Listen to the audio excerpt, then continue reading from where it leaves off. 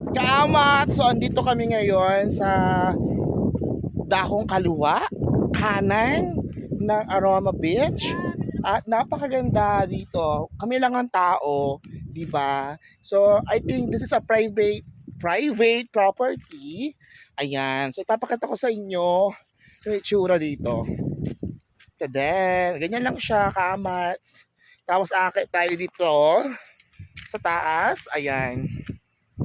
Namilipad tayo. Ayan. So, ganyan lang siya mga kaamats. Very refreshing. Diba?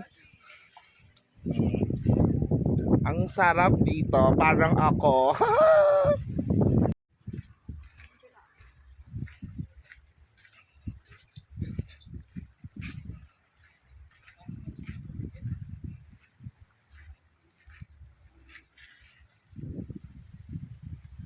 Bibidyohan kita.